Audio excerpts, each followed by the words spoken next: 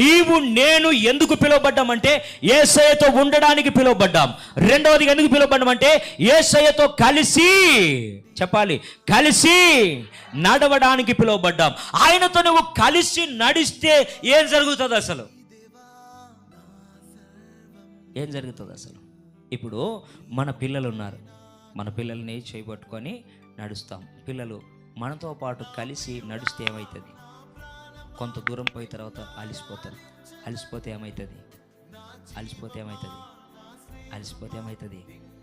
ఏమవుతుంది? ఇట్రా నాన్న, రా, నువ్వే జాను, దా జాను, మేరా జాను, రా. ఇగో జాను నడుస్తున్నాడు నాతో పాటు. చెప్పాలి. ఏం చేస్తున్నాడు ఈయన? నాతో పాటు నడుస్తున్నాడు. ఏం చేస్తున్నాడు? నడుస్తున్నాడు. కొద్దిసేపటికి ఈయన కాళ్ళు వస్తున్నాయి. నేను నడిచిన నడుమంటే నడుస్తాడా?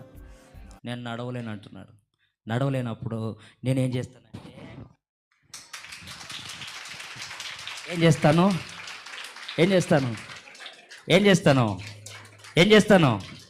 చేస్తాను? నువ్వు యేసయ్యతో కలిసి నడిచినప్పుడు ఏం చేస్తాడు?